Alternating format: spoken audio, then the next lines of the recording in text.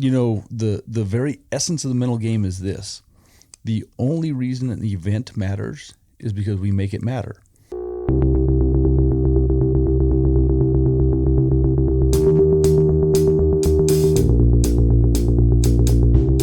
Welcome to the Mullins Farrier podcast, where I will sit down and converse with the superstars, the overachievers, the masters of our craft. Each episode will be a deep dive into their personal philosophies, their habits, the tools they use, and the secrets to not only their success, but overcoming failure as well. First, find somebody you can mimic, then find somebody you can stand, and then try to focus on one style until you master that style. So if you say I can't do something, well, you're absolutely right. But if you say you're going to, you're absolutely right with that too. People say that you shouldn't define yourself by your work. That is not true. You know what Dave Farley does when he's, lucky enough to be at the World Equestrian Games? I'm watching other people work. Yeah. I don't think we do that enough. This podcast is for all of you out there who share my passion for the job and the desire to always improve. These interviews will put you in touch with the inner workings of the role models we all want to emulate. So let's get to it. There's only so many hours in a day, and it's a matter of what you do with them. Welcome, everyone. A little shopkeeping before we start. If you haven't already, you should pick up Chris Gregory's new book, For the Want of a Nail, the Shoe Was Lost. It's a fun read and introduces you to several legends of our trade, including my guest today. Look for it on Amazon, or you can order it directly from Chris at heartlandhorseshoeing.com. Also, I'm excited to announce that I'll be traveling to the UK this fall for Farrier Focus. The kind folks at the British Farriers and Blacksmiths Association invited me to come and interview some of the key speakers and clinicians. I'm looking forward to joining forces with my fellow podcaster and friend Daniel Bennett to give you some insight into the convention, the international team horseshoeing competition, and all the Farrier folks who will be attending. To check out the details online of the convention, go to forgeandfarrier.co.uk. And hopefully, I'll see you there. Today I'm speaking with Derek Gardner. This man has been a legend to me since I started shoeing. Many of the folks I looked up to often talked about Derek and his mastery in the forge. Many of my former guests have also spoken fondly of their time under his tutelage, including Andrew DeVisser, Sarah Vanderpol, and of course, Chris Gregory. We had a great chat covering everything from Derek's experience during the foot and mouth disease crisis in the UK many years ago, and his journey to the Wild West as a young lad to experience ranching firsthand, as well as many insights he has had while working on horses' feet. It was truly an honor to speak with him, and I hope you enjoy the conversation as much as I did. So how are things going over there? Yeah, pretty good. Yeah, we're doing all right. I think things are finally getting back to a little normality, I think. Are you guys open? You don't have any kind of restrictions right now, or do you? Not really, no, just common sense more than anything else. Okay, yeah, that's nice. If you go to Scotland, they've got a few more restrictions. You still got to wear masks in buildings and stuff. Oh, okay. It's becoming more normal again. That's awesome. Yeah. We're just doing the same thing, too. I think we were just after you that we started to open things up a bit. So I really appreciate that you sat down to do this. Chris had sent me his book that he did where he interviewed you and a few other people. I read a bit of that and saw a bit of your story there, which was kind of nice. Yeah. It sounds like you had a bit of a rough patch with hoof and mouth disease. Yeah, we were kind of right in the middle of it, I guess, then. I had a few apprentices around at the time, and yeah, we just had to find work. Right. It was always going to return back eventually. We just had to get ourselves through it. Okay. What was that like? All of a sudden the disease came through and then a bunch of horses started to be put down? I can't remember. I was doing a clinic somewhere. I may have been in Canada or somewhere at the time. I can't remember. I remember getting a call about it. Anyway, I flew back. And I spoke to one of my apprentices, and I said, just call everybody first, see if they want you. Mm-hmm. So they kind of managed to do a bit. Because a lot of our places that we were going to in them days were perhaps on farms. and they maybe had cattle or livestock of some sort. Okay. So I just said to them, be careful. Speak to the local vets who we did a lot of work with, tell them there was any what precautions were to take and disinfectants, etc., were to use, or, and just see what they suggest. So they did that. They only had a few days until I come home. By the time I come home, it was nearly shut down completely. Really? So I sat around for a few days, didn't really know what to do. And I thought, well, we're not going to be very busy. We've got wages to pay. And Mm-hmm. I know a guy who was a big contractor, and they turn on a lot of the work and build these piles that they were to do. Right. So I spoke to him. I said, there's two of us needing a job here. Because there was actually three of us, but one of the guys just didn't think he could cope with it. With doing the pyre stuff. Yeah, he said he couldn't do it. Right. So the other chap, he was from sort of agricultural background originally. And so him and I went, and the one job that they couldn't find anybody to do was, in the early days, it was done, they had to machine each carcass on individually. You maybe tie a chain on a leg or something, and then somebody to be on top to untie it, and they couldn't get anybody to do it. Oh, wow. So I spoke to the young lad, and he said, yeah, we'll do it. We'll be all right. Mm-hmm. And it paid well. So that was the thing as well. Somebody needed to do it. Yeah, right. And I still remember the first morning they brought down, some of these had been dead a fortnight. Oh, geez. Then they brought these out. He says, I think I'm going to lose my breakfast. I said, you're not the only one. Chap in the digger's just done the same. He's on the machine there. He's hanging out the back window. Oh, gosh. So, and it was just one of them. I don't know whether you become accustomed to it or what. You just get on with it. Right. It wasn't pleasant. But you could still smell it for days afterwards as well. It was just one of them. It sort of stayed there, Yep. So we did that for a while, a couple of months, I guess. That whole time, you weren't able to go to farms at all? Was that how that worked? Some places you could. There was places that maybe they were just horses there. There weren't cattle or sheep or anything else Okay. on the place. So they could be done. But the one guy that was left was capable of going and doing that on his own. Oh, right. Okay. So it wasn't numbers, he was just taking over, and it just kept people going. Right. So we kind of struggled through it a little bit. Gotcha. It wasn't a great time, but I guess not.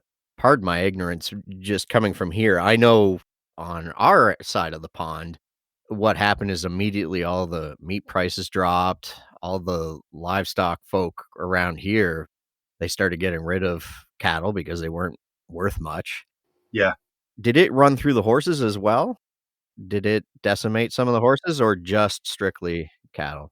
No, they didn't seem to be affected by it. I'm not saying they couldn't carry it. I think anything can carry it as far as what I understand. Right. They were saying it was airborne, but wasn't? I don't know. But if you go any farm, you're going to get birds down there feeding and feed troughs. Right. And, Yeah, right. once they're finished there, they're going to go next door. Right. Yeah, of course. So, and there was one place I do distinctly remember there was some bulls, and it was the bulls that they found with, I think, the lesions on the tongue, and that's signs of it, that's visible signs. And they actually had access to an outside pen, whereas everyone else was in, and they were the ones and they believed that that's how it was brought in, probably by birds. Oh, wow. I don't think anybody really knows for certain, but they were getting the blame. But I think anything can carry it, if that kind of answers your question. But it has to be, horses seem to be okay, cattle, sheep, goats, anything like that, they can carry it or be affected by it. Okay. So once you started back up, then you were right back full tilt. I imagine there was some catching up. It was a little slow to start with, yeah. People were a little bit wary of you, to start with, and anybody that had livestock anyway was wary. Some of them waited a bit longer. Right. They didn't want you coming from a different farm, basically. Not really, no. So we made a big thing of disinfecting vehicles as we went off, and before we went back on to another place, we would stop at the gate where they could see us. Right. And we would disinfect best we could, just sprayers and stuff, doing the vehicle wheels and right, so on. And I mean, I don't know how much you can or can't do. We were only touching horses, but that's not to say, like you say, you couldn't pick something up there, because we just didn't know. Right. But we did what we could. And it gradually come back. And then it was back to pretty much as normal after a while. But it took a while. Right. I would say we'd be close to 12 months before we were really back. Oh, wow. Okay. Those kind of protocols, you don't have to do that anymore, or do you, for cleaning? No, you don't have to. I guess if you really asked certain people, it would probably be that's a sensible thing to do, Right. but who does? It's so Who time takes the time? consuming, isn't it? Yeah, yeah, Yeah. We had that airborne virus. It went through just this last summer, and we were disinfecting tools and yeah, everything else. Certain barns, there'd be a suspected case, and you had to make sure you hit those at the end of the day and yeah, take your clothes home and burn them. I mean, clean them up. yeah, yeah, yeah, yeah. Right. To be honest, if you're seen to being sort of half tidy and just doing sensible things like washing your hands even when you leave, Yeah, that's true. Yeah. you know, I think people they may be less jumpy than somebody turning up who looks like they've been under 2 dozen horses that morning. Do you know what I mean? Yep, that makes sense. Yeah. Yeah, I think that's probably good practice anyway, regardless. Yeah, for sure. Now, I know from a couple of friends of mine who went over as part of the exchange. You're a part of that program, right? The Yeah, have been. Yeah, exchange program? Yeah. yeah, So Sarah Vanderpol and yeah, Andrew DeVisser, yeah, and they both spoke very highly of their experience with you. Like you were one of yeah. the standout experiences for them. So what was that program like? How did you end up becoming part of it? And what has your experience been like with it? It's been pretty good, if I'm honest. I can't even remember how it all come about.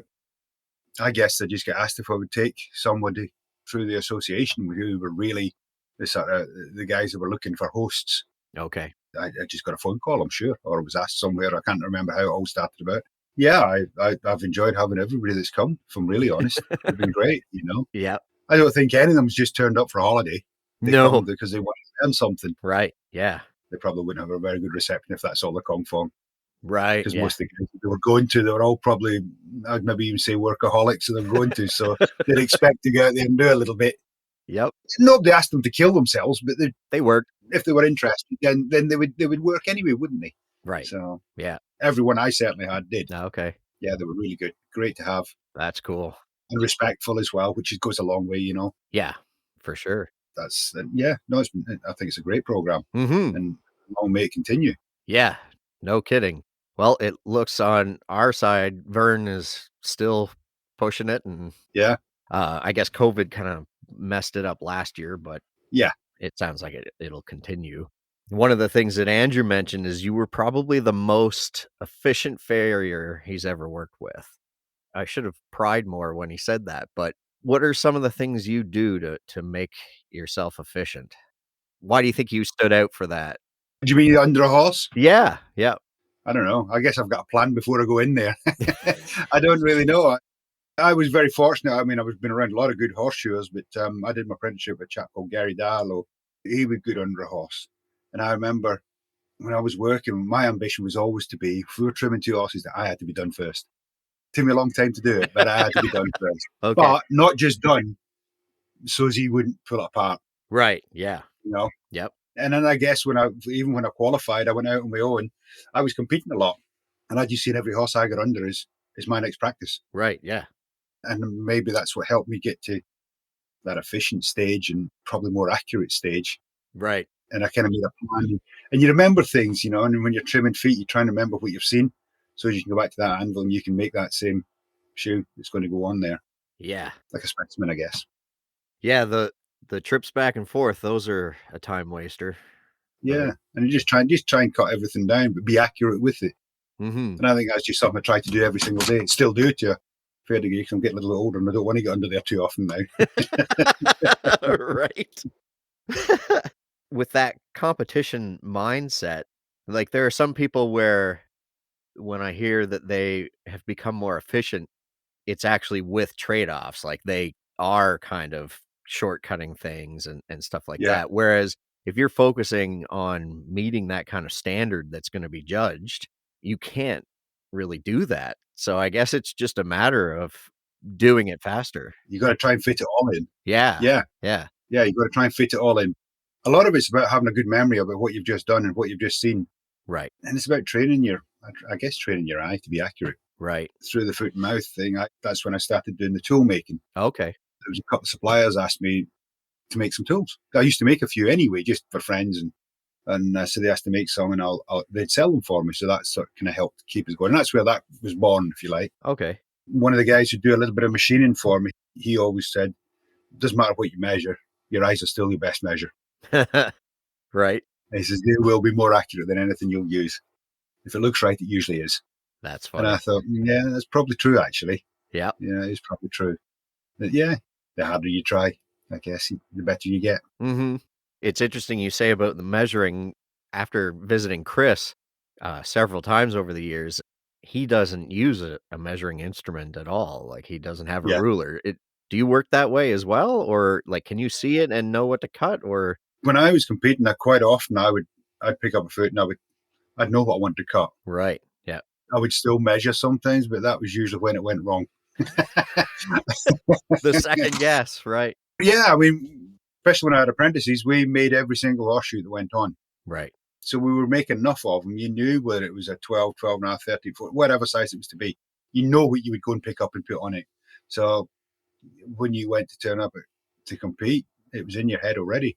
Right. There was just odd times you'd second guess yourself, and it kind of messed you It up. didn't go sometimes. well. Not as often as I'd like it to sometimes. Right. With the competing, how did you get into that? That was Gary.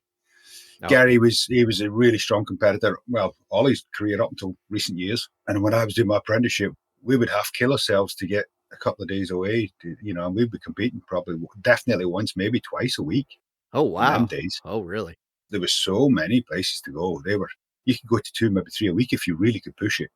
They were all over the place. No way. But that was like little county shows that used to be on. They're all kind of fell by the wayside over the last sort of 10, 15 years, maybe longer, actually, 20 years. So there's less of them now. So there's not as many to go and do that to. Okay. But that was, yeah, we were away every weekend, or maybe even snuck one in during the week as well if we could. Wow. Okay. And you didn't even really need to practice as much. You had a bit of a spin through something different. But because you were doing it so often, Right. you were kind of tuned up pretty well. No kidding. And yeah, we did it all the way through. And even when I qualified, I still did as many as I possibly could, which would be nearly as many. Huh. In the first few years anyway, because you're not as busy, obviously, so you can sneak away. And yeah, I still competed a lot then. Okay. To be honest, it's only through this COVID thing that I haven't done anything for 2 years. And Okay. I was thinking I might do 1 or 2 more, but I don't know. I've really not done a lot. I've not even done much shoemaking the last 2 years. I've done more with my kids, Right. to be honest with you. And they're just at that really good age where they're doing more, and I like going and watch them playing their sports and stuff. Right. It's only for a short period of time. They're going to disappear eventually, aren't they? That's right. So you make the most of it wherever you can. But after saying that, Sarah has told me that I'm going to compete with her somewhere. So You've been voluntold. yeah, I've been told. No, we're going to do it. There's a 2-man roadster shoeing competition at Harrogate, Yorkshire Show. So that's in July. Oh, okay. So we're going to go and do that. So she just called me today. Actually said we need to start practicing. So So I guess, yeah, you'll be in the shop with her then. yeah, I guess so. So I'm really looking forward to it, actually. It'll be a bit of fun. Oh, cool. Because I worked with Stephen for years and years. And he says, I thought you were quitting. I says, you never asked. So, hey-oh. So he's actually got another ex-apprentice of me. He's going to work with him this year. Oh, okay. So that's a chap called Ben Taylor. I think he came over on. No, he didn't come in exchange. He came over on his own back. I have heard of him. Yes, that's right. He would spend quite a bit of time around New Mexico, I think. And he would spend a lot of time with Mark Milster. Oh, okay. Yeah. Yeah. And him and Mark kind of hit it off pretty well, I think. And he stayed there quite a while. Oh, cool. But that was a farm boy that was going nowhere and just loved every minute of it. Really? He did a great time. Yeah. Yeah, he did. And then now he's back home? He's back home, yeah. Okay. Yeah. He's shoeing horses. But his father has a farm and he still does a bit in the farm as well. And Okay. yeah, I've got a few apprentices been around the competitions it's quite nice to see. Ben's competed for England, Sarah's competed for Scotland, so Oh, cool. Yeah. pretty proud of them, really. I guess when you raise them up, if you're already in that kind of atmosphere, just like with your mentor, I think it's kind of a natural progression that they'll get into it as well. They do, we just all used to go in there and practice and mess around making stuff, and then you go away for the weekend. And obviously there might have been a little bit of a party side to it Right? as well. Yeah, yeah. Of course. But it was good fun, I think everybody made lifelong friends there. Yeah, for sure. As you do, I think if you go anywhere in the world, You have got life. It's the biggest family in the world. I've always said that. Yeah, the Farrier family? Yeah, oh yeah, Yeah. it is. It's huge, isn't it? You know, you go anywhere in the world and you've got a bed if you need one. Yeah, for sure. Yep. So you might have to do a little bit of work for them. Just be willing to help. And when did it start taking you out of England, like competing? When did you start coming to North America or elsewhere? I think the first time I would venture would probably over to AFA convention. I think that would be early 90s, I would imagine. Okay. I would come over there. I'd come over with Billy Crothers and Ian Allenson, and I can't remember who else would come in them days. Us three would go for a number of years together, Okay. and we'd come over and compete, and then did a few other things. And I never really come to Cal because I liked the Royal Show. To me, that was a horseshoeing competition more so. Nothing against Calgary, because I think it's a great contest as well. But Right. I liked the Royal. You know, for me, that was the one I really wanted. That was a horseshoers competition. Okay. And then when it disappeared, and they were on at the same time, so it was really difficult. You just about couldn't do the two of them as one finished with start, nearly on the same day. Sometimes it was just day apart. So you were going to struggle to make it. Oh, Odd wow. years, Okay. depending how they fell, you maybe could. But once the Royal come to an end, then I come over there. I come over there 6 or 7 times, I think. And I've did 1 or 2 in Europe a few times. Yeah, been a few places. Now, what's it like? I haven't asked too many people about competing in Europe. Is it very different from there, or is it just the same anywhere you go in the world? Not now. I would say it's pretty similar wherever you go in the world. There's not really a lot of difference now. Okay. I think maybe in the early days there was different. It was just like anything else. No matter where you go, there's different styles, and you just had to learn them. Right. Yeah. You know, it didn't hurt you learning the different style. No. Right. I mean, it might not be what you would do every day, but you might be surprised. Some days it maybe fits somewhere. You know, and they do. Yeah. You know, I've found myself doing stuff that you think, well, I would never have done that, but here's an opportunity that would work. Right. It's good to learn. Yeah. It is good to learn. But yeah, no, I enjoyed it. And I think the first clinic I ever did, I'm pretty sure that was Bob Marshall. Had me out there. That would be about mid-90s, I guess. Up in Canada then? Yeah. Oh, wow. Okay. Yeah. So I had a great time there with Bob. I don't know, it kind of exploded a little soon after that and seemed to have done quite a lot. Right. So I've been all over the place. it sounds like you've crossed the pond quite a few times. Yeah, I've been over there a few, but I did a lot in Europe as well. I love a lot in Europe, especially Scandinavia. I don't know. I was just trying to think the other day that it's something like somewhere between 25 and 30 years. I've been 2 and 3 a month. Holy jeez. Then about maybe 5 years ago, I backed it off to maybe I would do a maximum of 1 a month. Okay. Maximum. I didn't want to do any more. I was thinking, I'm not saying I've done too many, but I remember going to a clinic one day and thinking, I'm not putting as much into this as I perhaps should be. Okay. Yeah. I thought I just need to slow it down a little bit, and then I'm feeling like I want to go and do it. Right. I wanted to be back there. So I didn't do so many for a while, and that worked better for me. I enjoyed that more. Okay. I felt like I was putting more in. Well, and also that must be quite a bit of time away from your family too, right? Yeah, there was a lot. It would be weekends, I'm assuming, and it was. It probably caused a few problems in the past, I should say. It added a divorce to it, and one thing and another. But anyway, that's life, and that's how it moves on. And right. It's not that I won't do any now. I won't do as many. Okay. Definitely not. Yeah. Do you find after COVID, because you said as you tapered back, you started to miss it more, did you find you missed it over that period of time, or because you kind of transitioned into more family stuff that it's not as much? Yeah, no, I mean, COVID was a bit different. We couldn't go anywhere Right. anyway, so that changed anything. And we got kind of stuck into some projects around home and Yeah. and did bits. I've got my oldest boy, when he's not long 13, but he's kind of got a notion he might shoe horses. Oh, really? Yeah. And he loves knife making and stuff like that. So we're going to have a little play and Cool. a few things. But he's become a big rugby player now, and he's just turned into quite a player. Okay. We'll see. He's got a few kind of biggies game coming. He's actually done himself a little injury. He's got a strained hamstring, so that's put him out for a week or two. Okay. The season's kind of coming to an end now, but he's got a couple of games, and there's a game I'd like him to go to in about a month or so if if he's fit. It's just that there might be some scouts there. Right. I know some of the local guys are saying that they will come looking for him because they know they'll already know he's there. Right. So Yeah. he's big, he's powerful, he's fast, extremely fast. I mean, he's nearly my size already, and he's only 13. Oh, jeez. And he's just built like most people want to be. Right. Right. And then the younger ones, he's playing soccer, and he's kind of getting into that now. Okay. So our weekends are they're flat out, and that's all we do. Oh, I bet. Yeah. He'd just be driving everywhere. You know, we time to do training and time to play their games. And then there's anything else you try to fit in as well, of course. Yeah. But yeah, no, I'd like to say it's not that I won't go anywhere. That's what I'm going to do for now. I'm going to spend time with them boys. Nobody can blame you for that. Because it's not that long, you know. No, that'll be gone in the blink of an eye. Another 5-6 years, they'll have their own cars and they'll be off doing their own things, and they won't even notice you're not there.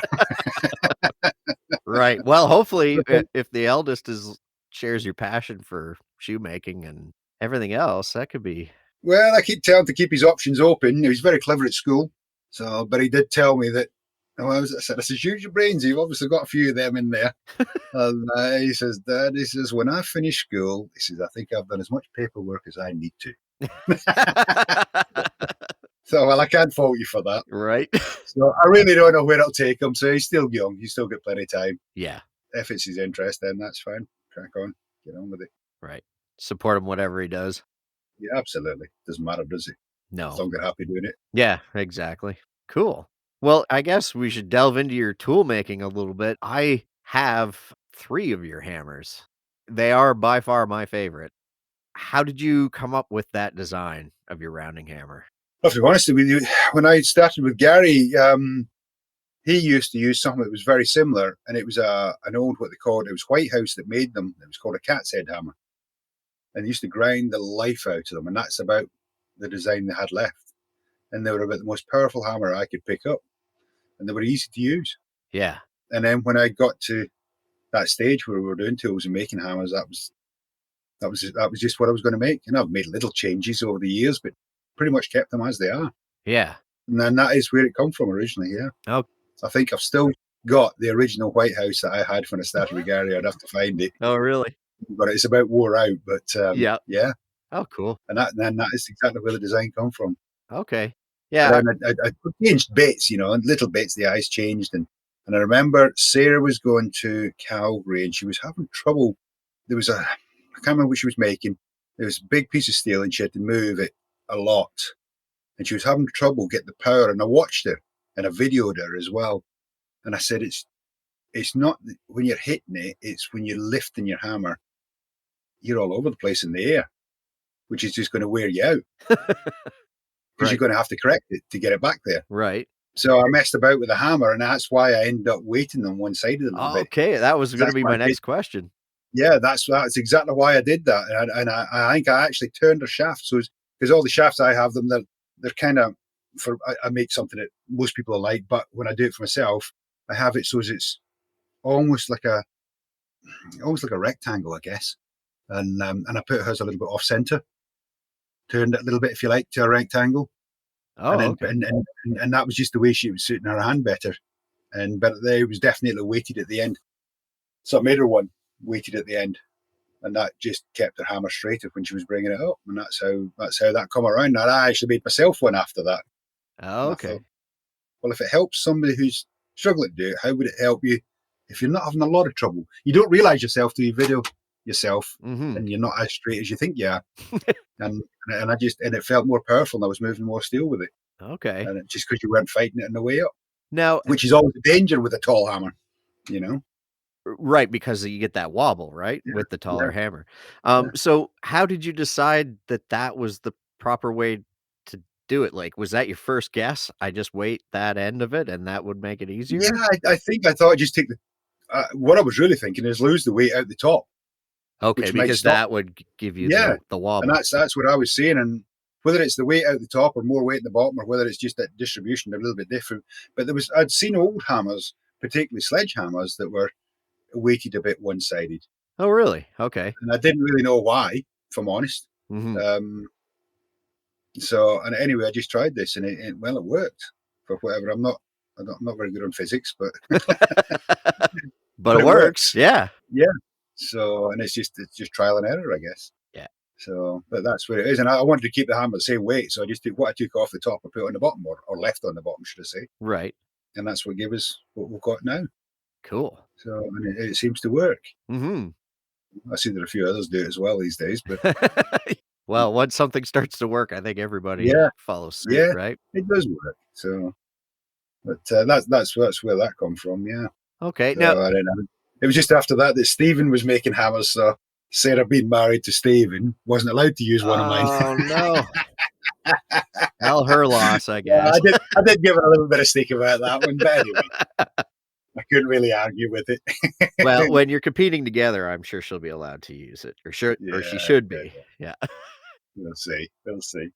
N- So So the tool end of things, how did you learn that? Like, was your original and that was mentor a back. tool maker? Yeah, Or- Gary would make a few. He'd make all his own, and you know, and he'd obviously when I started, that one of the first things I had to make was a pair of tongs, Really? and I was just looking at them today. I still have them. I still have the first pair. They're getting pretty thin, but they're still there. And they were pretty beefy in the day, though. Right. Yeah. But they made a lot of horseshoes in that time. But Right. yeah, we made everything. We made stamps, rituals, and obviously we just ground up hammers back then. We didn't actually forge them. But, Okay. I did forge one at one point during my apprenticeship. So, but that was a little bit the blind leading the blind when we did it. But we kind of got something. I loved it until I broke it.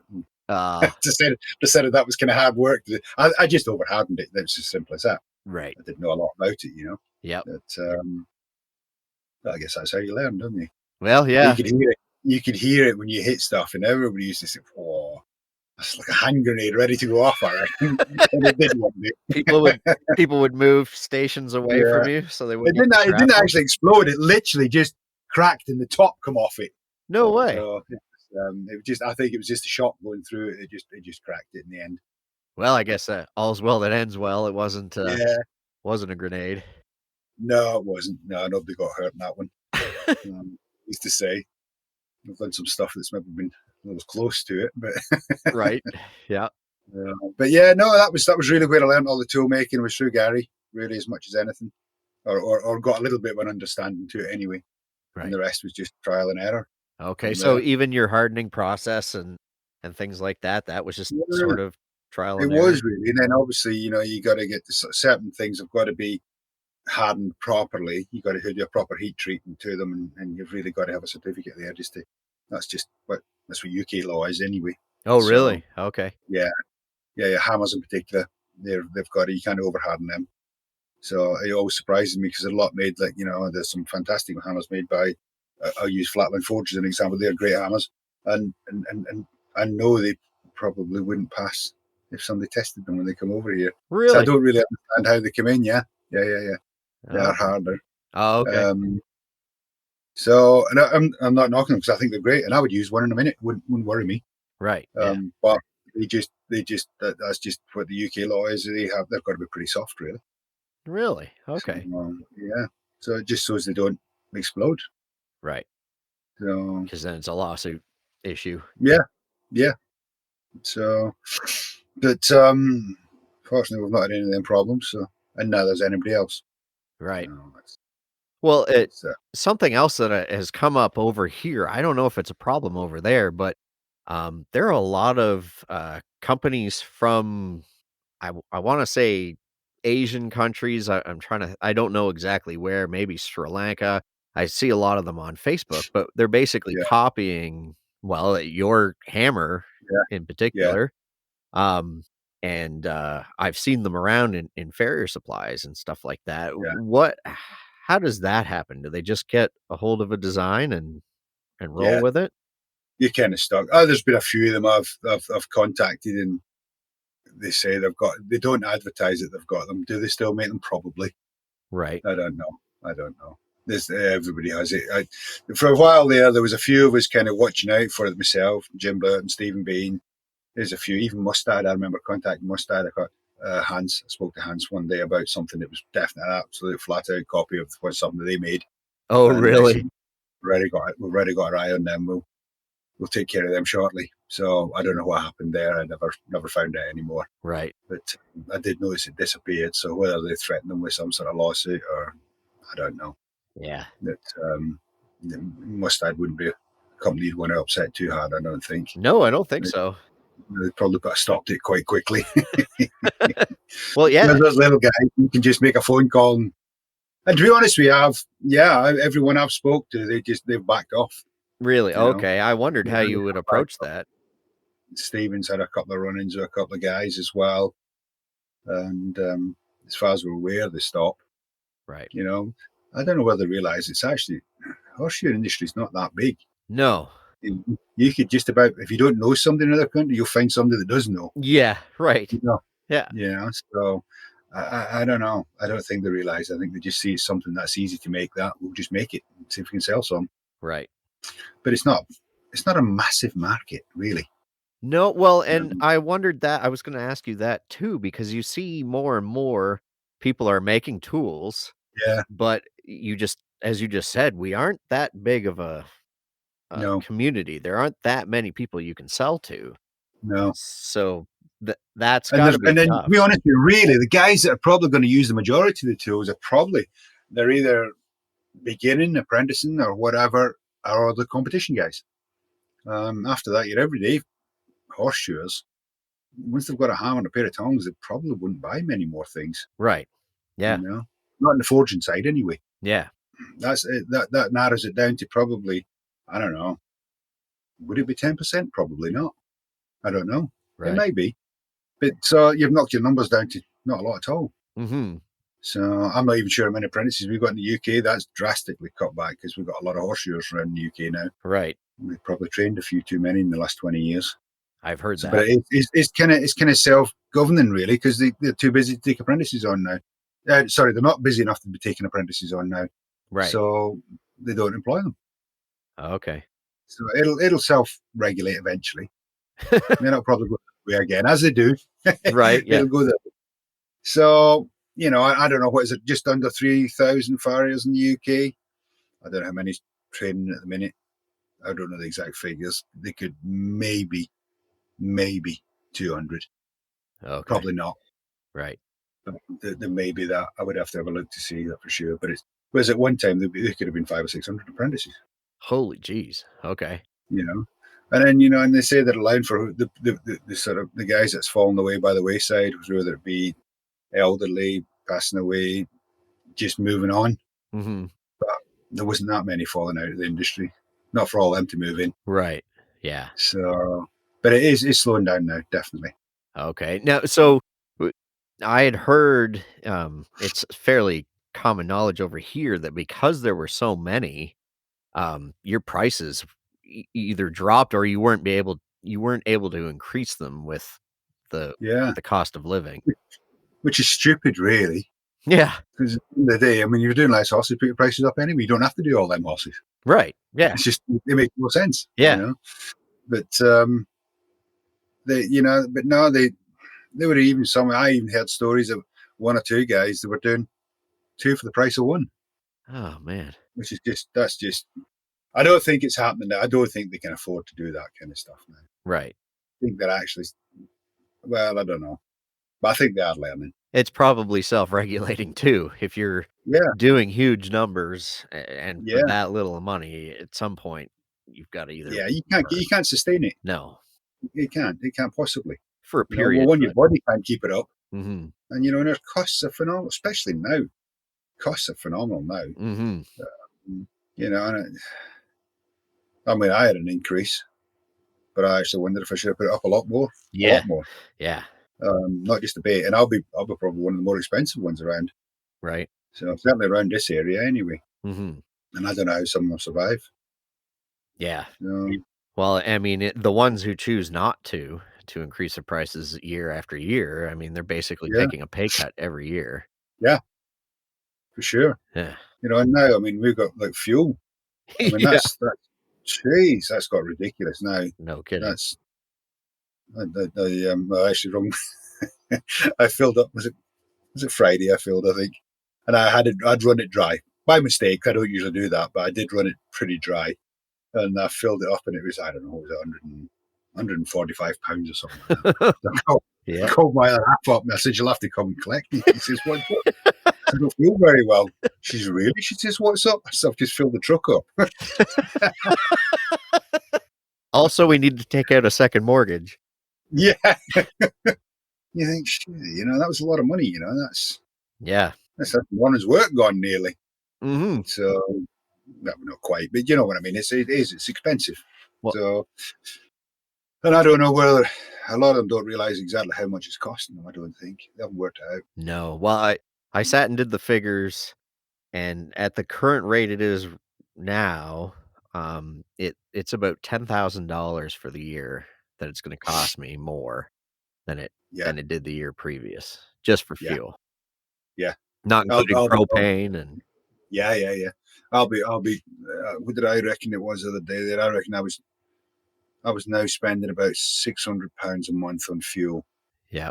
So yeah. And you guys drive much more economical vehicles. I remember Danny Bennett asked me what I drove and then said, "So what size engine is that?" And then he just laughed at me.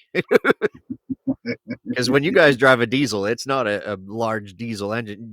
You mostly work out of vans, right? Or yeah, most do. Yeah. I have a pickup. Oh, do you? Okay. I do. Yeah, that was kind of I had it sitting in the yard. The vehicle I had died, and I thought, well, that's just stupid. It's sitting there doing nothing. I'll just use it. Yeah, right. So, but it's not too bad. As far as pickup, it's not a big. It's like, is it 2.2 litre? It's in them or something. I'm not sure. Oh, okay.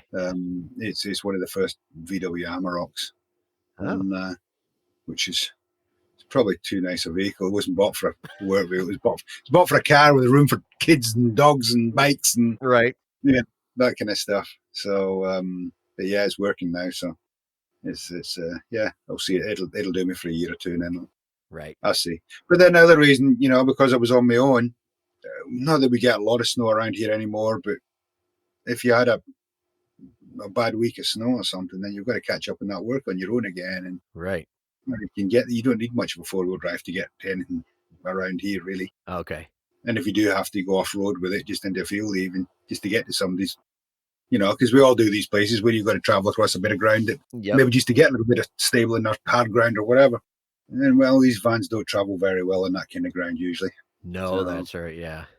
If it's a bit damp, it doesn't have to be just about wheel spin in a wet road. Never mind. Never mind the field. Right.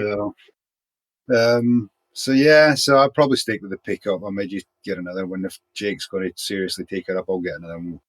We'll probably have a back built on it properly, and that'll see him started as well then probably. Right. So we'll see. Okay. Vans are not much less to run than this, to be honest. Yeah. So it is what it is, isn't it? Yeah, yeah. Well, yeah, we all have it. Everything we work with is heavy, so I guess in some ways, you have to pay it at some point. So you do. But Chris, one of the things he says is that the more skilled you get, the less gear you have to carry. I carry a ton, so I've still got a long road ahead of me, I think. But do you still hand make everything? Because from the stories I'd heard from Andrew, you guys were at one point, right? Pretty much. Yeah. We made absolutely every horseshoe that went on. Yeah. Okay. Yeah. When the apprentice is finished, I mean, don't get me wrong, I've still got a lot of handmade shoes in there. But when the apprentice is finished, it's not that I didn't want to make shoes. I still make a few. There'd be an odd one or two that I'll make shoes for that I think would be more appropriate for. Right. But no, there's some good horseshoes out there in the market now. And if you can fit feet, then you can fit them as well. But handmade shoes still go on nice and still look nice. Yeah, right. And that's, I still have some ropey apprentice ones as well because they didn't want to put them on. So, I still have some of them as well. But no, we did. We put absolutely everything on, and it was just they had to learn, and it was as good a practice for them as me or whoever. And it was just, I guess, there was that little bit of, I don't know, probably a little bit anal about it. It had to look as nice as we could make it. Right. Yeah. It looked like shit when it walked through that first gateway anyway. Yeah, but you know what it looked like before it stepped in it. So yeah, it did, and I guess that's, you just always strove to make it as look as nice as you could. Yeah. And the handmade shoes, they're nothing nicer than nice handmade shoes on a horse. Right. Oh yeah. And you're probably the only one that appreciates it, but yep. Yeah. As long as you're happy with it and the horse is happy when it goes, then that'll do, won't it? Yeah, exactly. Yep. So, And would you make them at the horse, or was that sort of something in the odd shop? times, mostly made back in the shop. Okay, gotcha. Yeah, mostly. And There'd be an odd time we'd make something when we were there if we had to. okay, But I'd try and have it planned that we were doing it before. okay, They would be in every night. We'd always make a few shoes every night. Not necessarily for the next day, but we'd probably have them. We'd have a load of sizes made up in stock anyway. okay. And we always kept, I don't know, we like to think how many hundred we had lying around. It was a lot. With shelves and shelves. You know, when you got 3 of these knocking shoes around, they're all pre-cut. You knocking shoes, you don't take an hour or so. You can have a lot of shoes. Right. Fairly efficient. Yeah. And so yeah. So we did, and then there'd be an odd day where there maybe be somebody left back making shoes all day. Oh, really? So and you know, there might even be 2 in there. I don't know. But yeah, we did. We always kept stock up. There was odd times we'd get a bit behind on certain sizes, so we just all stood there and made a load to get us through it until we got something in the forge for a day, and then they would build up that size again. Right. And, yeah, it was good. It was good for them as well, because I'm a firm believer if you can't make shoes, you can't fit them. Yeah. Oh, it makes a huge You know? difference. It Yeah, trains you've got to your know your eye. way around that. Yeah, you've got to know your way around the anvil. Yeah. You know, at least to some degree, anyway. Yeah. I'm sure there'll be somebody out there that'll probably argue. They can argue as well, but that's why I think it's if you can make shoes, it doesn't matter whether it's a really good standard, but as long as you can make shoes, you can fit them easier for sure. Yeah. I kind of started from a keg shoe background and then started getting more and more into the handmaids and forging. And I couldn't see in the past. I wouldn't be happy at all with my fit from back then now that I know what to look for. And a lot of that came from Yeah, just making them and seeing that shape yeah, as you're forging it. that's right. I've done a few clinics on that as well. You know, just when you're under there, that's your specimen. Copy it. Yeah. If it's got a pointy toe, make a pointy toe. If it's got a round toe, you make a round toe. It doesn't matter. You know, that's just you got to make that shape before you go up that first strip. There's no point going to that horse with totally the wrong shape and then got to go and beat the life out of it when you get back there. Yeah, that's not efficient. Yeah, no. So, and it is, you know, it doesn't matter where you are. Some of us are on really good money. So at the end of it, you got to be efficient at your job. Yeah. Your body takes a toll under there. You don't want it to be under there too long if you can help it. No kidding. I noticed it today, actually. I was under a horse for a little longer than I meant to be. Doesn't like it as much as it used to. I think Fluffy needs a break. Yeah. I maybe just can't shake it off like I used to. I don't know. Yeah. Even from the competing, how was that? One of the arguments I hear a lot of people tell me when they are, say, keg shoers who don't believe in the forging and stuff. How has your body held up with that? Like, are there certain injuries that kind of have accrued from all those years of forging, or? Oh, no, I'm pretty good that way, to be honest with you. I probably didn't do as much as I'd make everyday shoes on a very regular basis. I probably didn't stand beating heavy steel Right. as much as some did. Yeah. Maybe I was a little bit luckier than some had. You know, I found it easier, I guess. So I didn't have to make as many. But there was some got pretty obsessed with winning them big trophies, and they would go all out for months and months and months. I didn't quite do that. Okay. So that maybe saved me a little bit as well. But I also, when I did practice, I probably worked out a coal fire more often.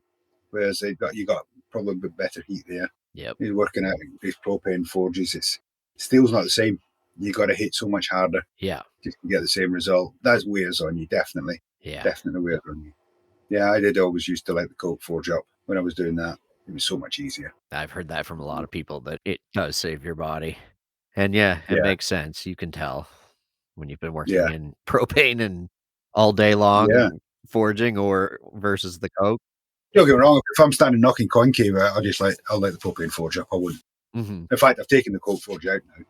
Oh, I really? wouldn't use it. Anyway, I nearly left it in. We've still got it. I won't get rid of it because it's a really old cast one.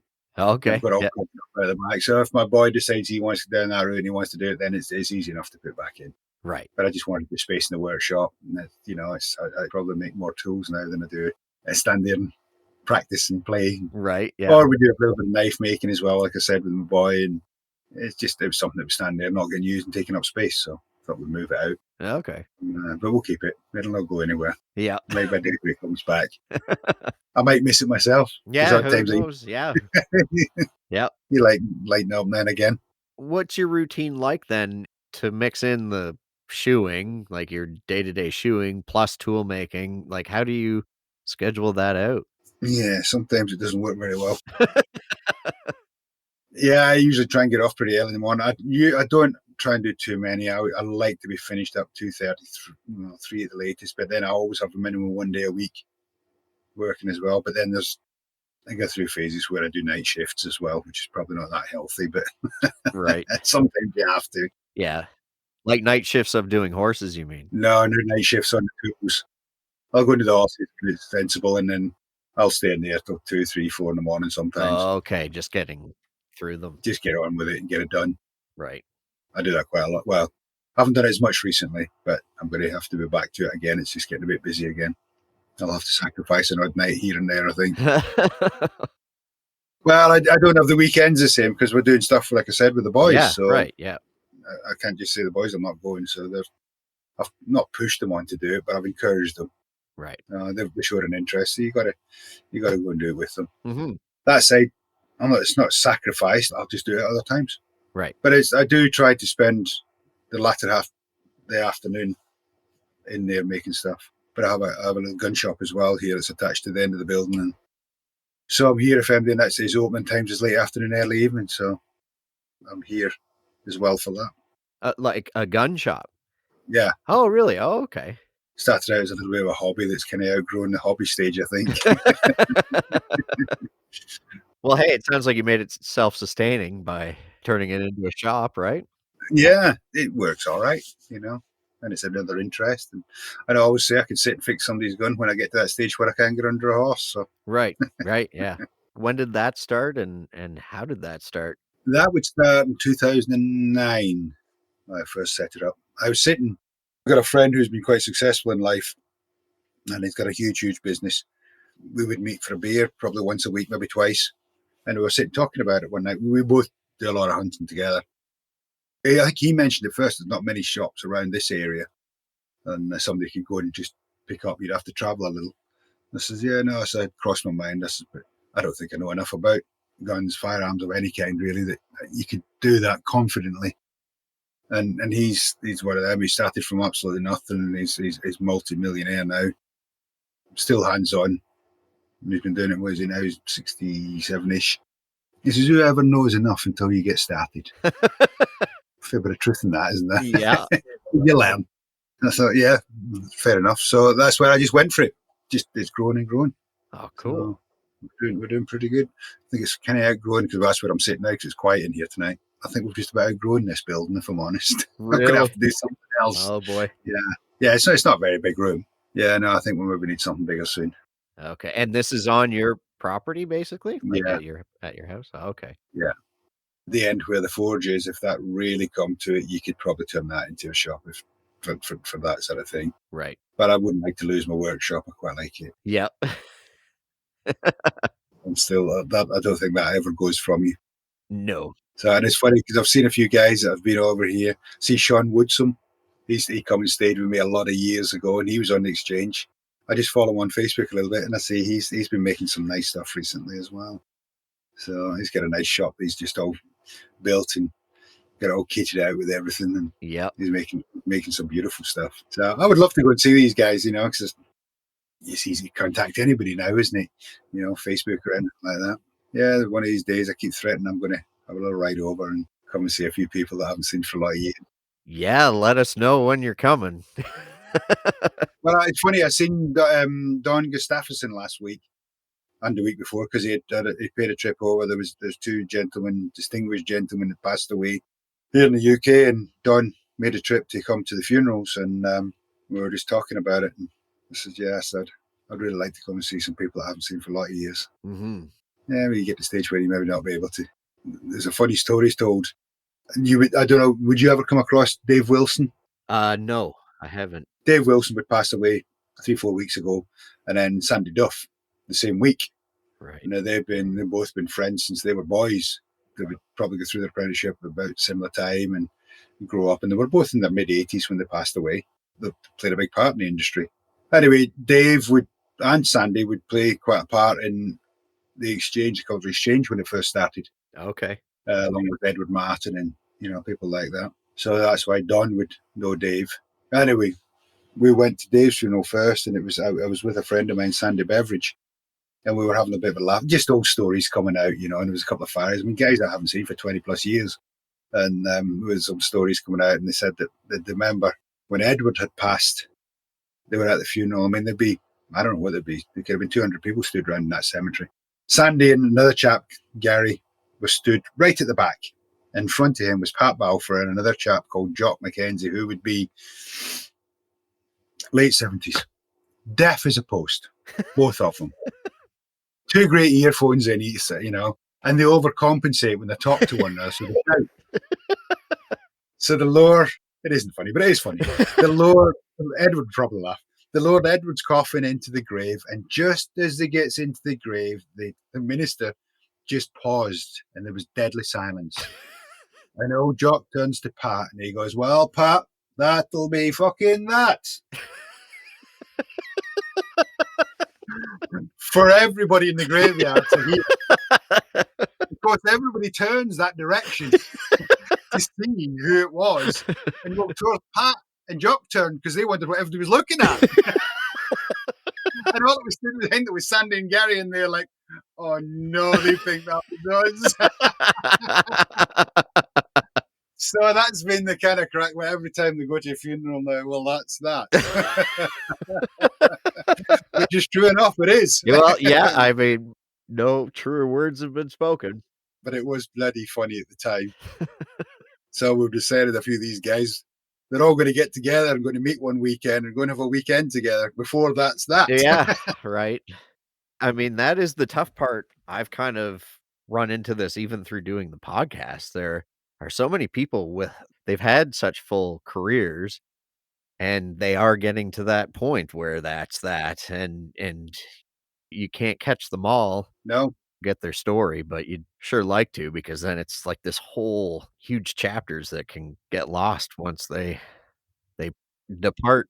That's kind of why I asked Dawn about the convention, because I believe it's been moved to later in the year, which doesn't work for me very well. I host the pheasant partridge shooting. Oh, okay. And it's every single Friday. And that was the kind of the deal I did when I agreed to do it, that I wouldn't miss any. So that's from the beginning of September to the 1st of February on a Friday. That's where I am. Oh, okay. And I enjoy it. I do enjoy it. So it makes it a little difficult for me to come to stuff like that now, at that time of year anyway. Because I was kind of hoping it would go back to the sort of, February, March time it used to be. Yeah. That worked well for me there. But anyway, I just would like to come back, because there'll be a lot of people going there that I would love to see again. Yeah, for sure. I've got to make a trip anyway. There'll be something I can come to that'll be on there. There'll be a majority there, I'm sure. There's lots of events that, not that the U.S. really shut down that much, but there does seem to be a lot more stuff happening again. So I don't know if you know Nigel Fennell. Yeah. Oh, yeah. Well, I'm good friends with Nigel, and I did speak to him the other week there, and I said I've got a little feeling there might be a road trip coming on. I might come and visit. So we might see if we can try and sort of tie it in with something. And yeah, I want to come and see one of these sculptures he's doing as well. Yeah, no kidding. His latest one looked pretty neat. He actually did an interview with me. It would be a few months ago now, quite a few months ago. But yeah, just to hear his story of how he made it over eventually, man, he had a lot of hurdles to jump before he got here. So it's nice to see that he's doing well. And yeah, those sculptures are incredible. We had so much fun. He's a good guy, really funny as well. Yeah. We had some fun when we did practices. We did a few team practices with there was Stephen Bain, myself, Nigel, and Darren Baz, and we would come over to the classic, Kentucky there. Anyway, we come over there, and we'd so much fun when we did that. Outrageous as well. I wouldn't even tell some of half the stories. Yeah. That'd be a whole other podcast. Yeah, I think so. I'm not sure it'd be good to hear either. There were a lot of guys it's kind of influenced as well. Before I started shooting, through Edward, and I didn't really know Edward. It was through a friend of mine. Edward Martin arranged for me to go to stay with Scott Davidson. Okay. I don't. Well, Scott Davidson, when I landed out there, he would live in Montana at the time. He's in Washington somewhere at the minute now, and he would live in Montana. And I went where I wanted, because I'm from farming, and I wanted to go and see a ranch for a while. Right. Yeah. It was arranged. I was going to go and spend. I would get about, I don't know when I went out, May, June time, stay till the end of the year, or into the summer at least, and work on a ranch with Scott.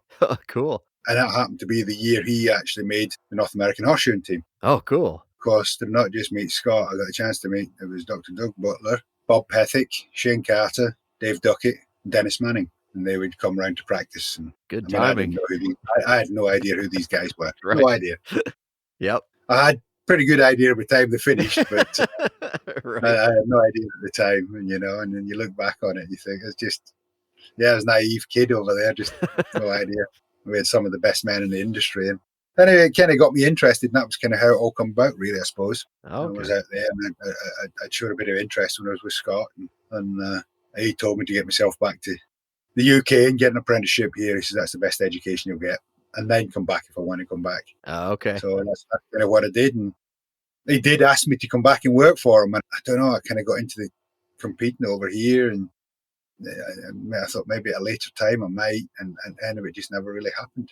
I never got back over, not to stay anyway. Right. We always had trips back, and a bit funny how things change and come round. And So, and that's how you originally got started? You weren't even originally looking to be a farrier, or you were? No, I did know Sandy Beveridge, a good friend of mine. We would ride ponies together when we was kids, and I knew he had started with the Farriers. Okay. In Yep. fact, by the time I went out to Montana, he was just qualifying, I think. Oh, okay. So when I come back from there, I'd go and spend a couple of days with him and stuff, and find out what I could find out. And Yeah. I got really lucky. I landed with Gary Darlow. I just got very lucky where I ended up, and got around some of the best people, and just did my best to make the most of it. Yeah, no kidding. The trip to Montana, staying with Scott David, was probably just pushed me in that direction. Wow. Okay. And what was your experience like on the ranch? Yeah, it was different. It was very different. Well, it was and it wasn't. Yeah, I learned a lot. Yeah. I wasn't really doing anything that I wasn't fairly familiar with. We weren't sat on horseback all day, if that's what, which is why I had, I guess, that romantic dream of. Right. Yeah. Yeah. It was kind of different. I'm not saying there wasn't a little bit of that. It was still, machinery, and, we'd harvest to do. And I ended up having to do, we brought in about half a dozen young horses that I had to just do a little bit with for a few weeks. And then they were thrown out again till they were a bit older. I can't remember. They were only sort of 2-year-olds, I think, at the time, from what I remember. Just did a little bit of work with them. Then we brought in next year, I think, and they was going to do a bit more with them. And then we have days out shoeing with them. It was a good variety. I got to see some great stuff in a beautiful place. Yeah. And I got to meet some nice people, and couldn't do enough for me, to be honest with you. Yeah. That hospitality down there. Yeah, it was great, I always remember that. So now with boys, because I've told my boys, it's not that long ago, I dug the photographs out, because my boys are at that age, they're old enough to appreciate it, so I went and dug them out. And they're having a little look at it, so now they decided they wouldn't mind going to a riding holiday in some place in either Montana or in Canada or wherever. And this is, well, I guess we could probably arrange something if we get a phone call or two. Yeah, no kidding. And it's not that they're really into riding, they just want to go and see. Right. So what kind of a farm did you live on or grow up on there? I grew up in a dairy farm. Okay. They had some sheep and beef as well, but it was mainly a dairy farm at that time. Farming just wasn't for me. I wasn't interested enough to make a good job of it. Right. And I knew that. It just wasn't where my interest lay. I can't do it well enough if I'm not interested. Yeah, well, with anything. You've got to be dedicated to be a farmer. Yeah, no You really kidding. have. Yeah. That's just, we talk about horseshoeing being a lifestyle, but that is a lifestyle. That's something you're tied to. Yes. Yep. That's better or worse than being married, whatever you want to look at it. Yeah, there's no chance of divorce in that one. No, you're there. Yeah. And I just didn't know if that was for me, if I'm honest. So that's when I kind of started looking around. I thought I got to find something else. And I liked horses, and it wasn't necessarily just a love of horses. I think it was the craft that fascinated me. Right. And that ability to make stuff from your hands. You can say it's just a horseshoe, but it's not just a horseshoe, is it? No. Yeah, I don't even know really how to explain it. I guess the only way you can explain it is just the craft of doing it. Yeah. You might do a decent job, but you'll never do something you're 100% happy with. Nope. So you got to keep striving for it. And I think that was maybe what interested me more. And I never ever thought I'd get bored with that. And I don't think I have, to be honest. No, it doesn't sound like it. I don't know how many horses I might have shod or how many feet I've put shoes on, but I still find it interesting. Yeah. The more tricky it is, the more interesting it is. And it's a funny thing because I've just kind of recently, in the last couple of weeks, there was a lady who she's an equine podiatrist as a title. I wasn't quite sure what to make, but I got interested. She wanted to put some former hoof on her own horse. Okay. And in the UK, legally, she's not allowed to do that. Right. So, and she was trying to keep everything legal. So she was looking for she posted it on Facebook. And there was a few parts, because I'm not that far from her, a few had mentioned my name. Anyway, she did get in touch with me and I went. I was curious. Yeah. So I went and spent a day with her and we put a full set on this horse. And I have to say, this horse, when she pulled it out, I would have shot it. Really? I would have shot it in a second. Wouldn't have thought twice about it. It could hardly get one leg in front of the other. Oh, jeez. I thought, what on earth are we wasting our time with this for? Anyway, we get the front shoes on it. And beforehand, you could stick your finger in the coronary band. All 4 feet. Anyway, we got the fronts on. And she said, watch this. Just give it a couple of minutes. And we stood and watched it. And it just all of a sudden started coming up a bit. You could see the extensors tightening a little. And they looked taut, you know. Huh. And then she says, feel the coronary bands. And they're like a drum. They're solid. And given that about 15, 20 minutes, everything started relaxing again. But the coronary band stayed tight. Really? And we put the batteries on, it did the same. And I have a video of that horse about 20 minutes to half an hour after both these on front and hind. And that's walking around like there's nothing wrong with it. Really? I honestly, I swear to you, I wouldn't have believed it if I hadn't seen it. I thought somebody is just, this is April 1st or something. Yeah, right. You know, yeah. It's just, it can't happen. But I have to say, it did happen. So, and now her foot trim is a little wild. She's really good at documenting stuff. Mm-hmm. She's not a big fan of barefoot trimmers in general. She thinks they're all prima donnas. I wouldn't hold that against her. But anyway, these guys are pretty much self-taught. Or it's a bit of the blind leading the blind, wherever. Right. And anyway, when I spoke about her horse's feet, and she was making the same mistake in every horse. And I tried to explain, and I said, but she trimmed them, so there wasn't much I could do for her that yet. I did change a little bit, but she's now got me doing some of her customers. And she's coming, she wants to learn. Right. She said, these are horses that I don't understand what I'm doing wrong, and I'm in the same place with them all. And it is basic foot trimming that's wrong. Right. So we've made arrangements. We're going to do some this Friday. And they're her customers. We're going to do them. Cool. But she's very, very clean. And I mean, I know everybody will probably think, oh, and I do to a degree, but anybody that's keen to learn, yeah, you got to give them help if they can. Mm-hmm. Yeah. Even just for the horses, right? Yeah. Yeah. You know, and I don't want any more work, but I've agreed that I'll go and do it. I mean, don't get me wrong, they're paying me well for it. If we can get set off in the right direction. And I've spoke to the customers and they're happy. They're quite willing to pay. Right. I've told them I've been dead straight as I'm coming to do what I think we can do for them and where we can get them. And then hopefully Becky will carry on. Yeah. And every one of them said, would you mind coming periodically and having a look? I said, I don't mind doing that. We can do that. I said, the end game is we want everything to be right for everybody. Yeah. Right. So that's what we're doing. So Becky really wants us to work together and put some more of these format hoof on. Well, so I said, well, it's all right wanting to do all that, but you have to make it pay. Yeah. There's no point doing it. Yeah. This is the best world in the world. And we all want to do our best for an animal, best we can, but it's still, to make it sustainable, it has to pay. Yeah. Oh, for sure. Yeah, And anyway, we've kind of agreed what it would need to work out at. And it's affordable. It's expensive, but it's affordable. But to see results, and the only reason I'd go with it now is to see the results that we've seen on that horse. no kidding. If I'm really honest, I'm pretty gobsmacked with what we're seeing that day. Yeah, that's not where I thought that story was going when you said that. So, No. And I have a local veterinary that I work with quite a bit. And I mentioned it to his wife because she's a veterinary as well. I was doing her horses and I'd mentioned to, and I think, no, actually, he rung me one day about another horse and I mentioned her name. She's thinking, fucking hell. I says, I'll tell you what, I says, I need to show you this videos. I honestly need to show you these videos. I says, you wouldn't believe it. I says, I'm not saying it wasn't her fault, it was like it in the first place, but I have to show you where it ended up. yeah. There is a place for this. Wow. Without a doubt, there is a place for it. As there is for most things.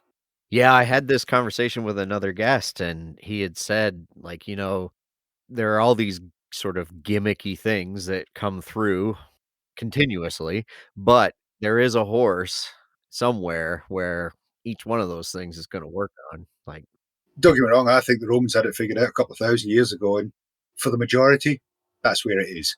yeah, But there is one or two that it maybe save you a horse's life. It may just make a fella money. I don't know, but yeah, it probably helps something along the way somewhere. yeah, Will it ever replace horseshoeing? No. I don't see horseshoeing changing drastically in our lifetime. no. It's taken 2,000 years to stay where it is, really. Yeah, Don't think it's going to change in the next few weeks. no. And to be honest with you, yeah, I mean, I was talking to her about foot shapes, etc., and I think we've actually taken it back a little step. We want to see pretty feet instead of the feet they should be. Right. And I did do a clinic. It was just a clinic. It was more a lecture, and it was on. I think I called it Sound Foundation actually, and that's how I started it off. It was just on about horseshoe. And I remember as an apprentice seeing a shoe board that was made about the 1900s, Oh, wow. and I thought to myself, and I looked at the shapes of the shoes. This is a naive apprentice, remember, who's been around the shoeing competitions, etc., and seen all these pretty horseshoes, lovely round shapes and stuff. And I thought, well, yeah, they all made them all pointy back then. Christ, shoemaking's come on a treat since then. And actually, they were probably the better shape for some of them horses. Right. We try and we take toes off, we make them round. So you got all these toe quarter flares now, heels go under. So we curl shoes in. I think we make a lot of problems for ourselves. Huh.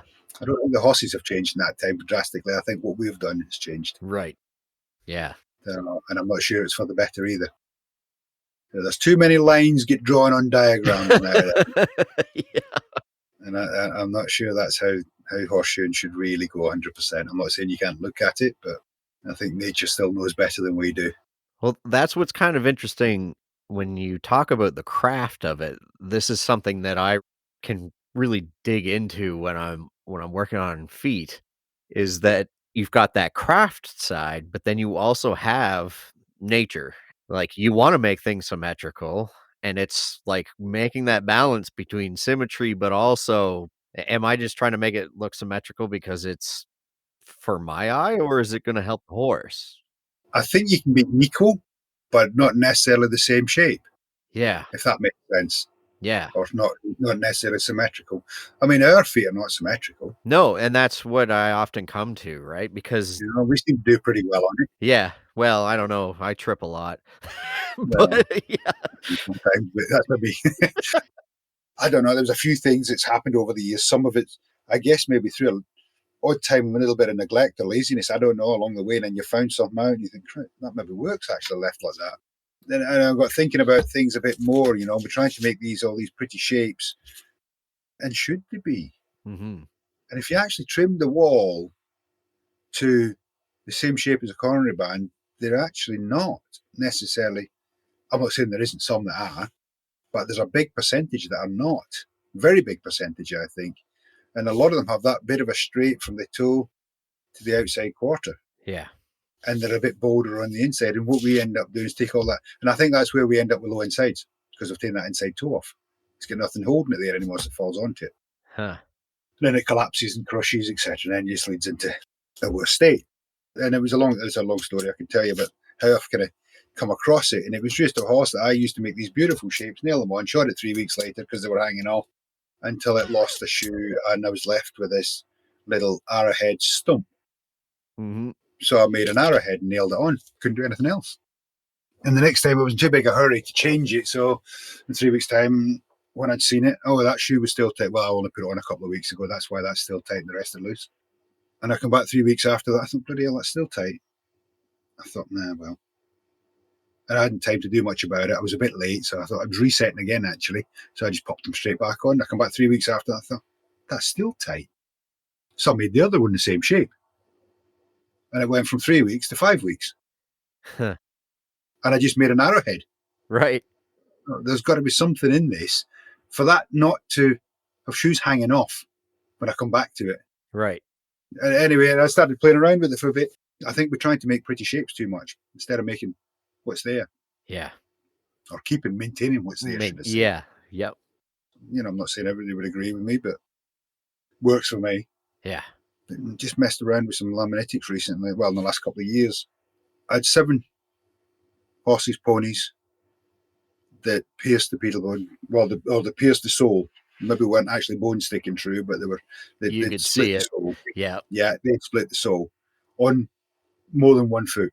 Okay. And I know if I'd have done the way I guess I'd been taught, and there was the industry sort of tells you to do it, I reckon I'd probably have lost at least 6 of them. And I just did something totally different because I had in my head that we take heels down too hard, and I just left it. I didn't leave them stacked up. I just didn't take them down like I normally. First thing you see when you if a horse has been stood in the field for a while and it actually has maintained its feet reasonably well, there's still a lot of heel on them. Mm-hmm. The first thing we do is chop it off. Mm-hmm. No, I don't know. We get told at these ideal angles within the pedal bone. Who decided that was the ideal angle? The same fella that trimmed it? I don't know. But I'm just thinking we should question it. Yep. It doesn't mean we're right or wrong on it, but we should question. Anyway, I started leaving these Laminitics and it was only a margin more heel. Still took the toe to where I thought was right, but didn't thin it. Just took it to where it was about right and made them stand up. But I had them on really deep sawdust, really deep. And all 7 of them, you can't even tell they've had laminitis. Really? Every one of them, even veterinary, he was convinced I was needing to get stuck into them a bit more, and I didn't. I says, anyway, every one of them, you can't tell there's no stretch laminae, there's nothing, no rings, nothing. Huh. So you left them and they were just left as trims, or did you have special shoes on them? Nope. Okay. Couldn't be anything on any of them, not one of them. Not form a hoof on all of them? Nothing. No. Didn't do a thing. Every one of them, as it happened, were people who probably couldn't afford to start going down that route. Right. Yeah. But they could all manage to get a few extra bales of sawdust. Mm-hmm. And sawdust seems to work better than shavings or straw. Right, because it packs in there, right? And kind of supports. Yeah. And it supports everything. Yeah. Yeah. They were all pretty good at keeping things clean and tidy. But they had them stood on a minimum of 6 inches or more of sawdust. Yeah. And like I said, you weren't seeing any one of them. You couldn't tell. You could not tell if I had laminitis. And I don't know, was that lucky? I would have said with 1 it could have been, but with 7 of them, I thought there must be something more in it. Yeah. Well, the argument I've heard to support exactly what you did is that if you lower those heels, I was taught that too. If you lower those heels extremely, well, then the deep digital flexor is now pulling that much harder, and That's right. that leverage On laminate, it's already compromised. Exactly. Yeah. So pulling on it and basically pointing it downwards even more. Yeah. So. Exactly. So, and that's what I did. I mean, don't get me wrong, after a period of time I started not lower them like I used to, and I've stopped lowering a lot of heels actually through that, because I thought, well, if it's right for them, why are we doing it? Mm-hmm. Yeah. I do a lot of trimming, a lot. And I've got some older horses. There was a lady I went to, somebody else had been trimming it. She wasn't overly happy. Just thought his feet were getting away from it a little bit. And he's a kind of cobby type. He's kind of good solid sort. And I never ever touch his heels. And all I do is I don't point his toes, but I don't make them round. They just got a little bit more of an oval shape to his feet, should we call it. Yeah. And within 2 trims, don't get me wrong, when I started him, I did him between 3 and 4 weeks, I think. Okay. Did a couple of times like that, and all of a sudden he stood upright. And she still had the same Farrier doing the other one, the young horse, and she asked me if I would do it the other day. Then I went and did it, and it was great. It was one of them instant ones. It was instantly stood. I didn't even take any toe off it. I just pointed it up ever so slightly, and he just looked like he stood up. Huh. But I do think just tightening the toe quarters up, them flares up, it's not pulling the heels the same. Right. The leverage on it. Yeah. Somewhere. Yep. You're right. I've had a few big horses, particularly with flatter feet, and as soon as you do that, they stop paddling. You've seen them paddling about just back and forward. Yeah. And I think just taking that tension off the heels, it just releases that pressure. Huh. And then they're all instantly more comfortable, just making them pointier at the front. Mm-hmm. And it doesn't matter what you put on them as long as you make it the same shape. You don't even have to stick loads out the back. It's just, they're comfortable. Huh. It's got to pull from somewhere. You're right. Yeah, exactly. It has to. Yeah. So, and it just, I've messed about with it for a while, and I think there is something in it. And that's where I get these shall we call it, pointy shapes. Mm-hmm. They're round. They're not round anyway. Not these ideal, beautiful specimen shoes that we all like. Right. Yeah. And there's nothing wrong with them in the right place. They got a shoe. And I don't know. I just, maybe because I don't have apprentices now, I see each horse each time. Yes. So you do, right. You see that. play elegant. Right. You know, just little changes, and you can see your results. It's probably something that's come out of it quite good. So that's why this lady who I've been trying to explain some of this, but she just wants to come trimming with me to figure it out. Mm-hmm. I think she understands where I'm getting, but needs to see it to understand it properly. Yeah. Yep. Which I totally get, because it's kind of against what they're taught, we're taught. Mm-hmm. I mean, we're all taught to look after feet, but I'm not sure. Some people look after feet in a different manner. Right. Yeah. I think we should be preserving feet more. Yeah, that's interesting. Yeah. And that too, I think one thing I found here, just in my practice, because I have pretty much 99% of the horses are on that synthetic footing, I had to change things for that and to meet that. So, I mean, that's the other challenge, right? Now you add in the environment as well as what they're doing. So it's never ending, but I have gone back and forth between the really pretty round shape and the more coffin bone shape, right? Because really that's what it is. Yeah. You're mimicking that bone underneath. And yeah. I remembered a lot of years ago when I was competing, I was pretty young, I wouldn't be qualified that long. And there was they're pretty well known in the UK, Danny and Stevie Malander. I don't know if there's names that I've ever come across. No. They were still competing in that time. Anyway, they were judging the Royal Show, and I did the Shire class there. And I put this beautiful round shoe on. And it was a big horse. And I still remember the big black one. And his name was Rocky, and he did. That was an hour and a quarter of torture. Anyway, and you've already got to make, it was a 1/2 by 1.5 bevel, 18 inches off. And I looked at that foot and I thought, 1.25 is going to look like a bit of wire on there. It's too big a horse. Wow. And Gary, he was striking for me, you know, and I'm pretty naive, and I knew, I said, we need bigger steel. And he says, you do? He says, the only stuff we've got is that specimen steel. So you got to go 1.5 inches. So 1.5 inches wide. I says, fucking hell, this is 2 bits of that. So I'm like, no. He says, well, the one bonus is you don't have to bump the toe up. Yeah. I says, okay. So, and anyway, I made this, you know, and we did a lot of sledgehammer work on it, because there was just no way I could get it fast enough. And I was only early 20s. I was pretty fit. It was a big shoe to make. Mm-hmm. And I remember making this shoe, and I went to, and it was perfect, beautiful size, lovely round. I just had it all what I thought was perfect. Probably over nailed it a little touch. You know, you got 1.5 inch width there, probably rattled down a little bit under, and I nailed it straight up the middle.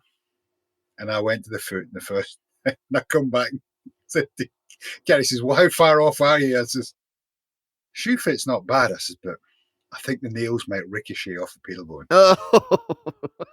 He says, oh, really? I said, and it was a lovely shoe. Because he'd come back and had a look with me. He says, oh, fuck. He says, I think you're right. He says, well, you're too far in now. He says, just stick a couple of heel nails there and just see it finished. Keep it comfortable.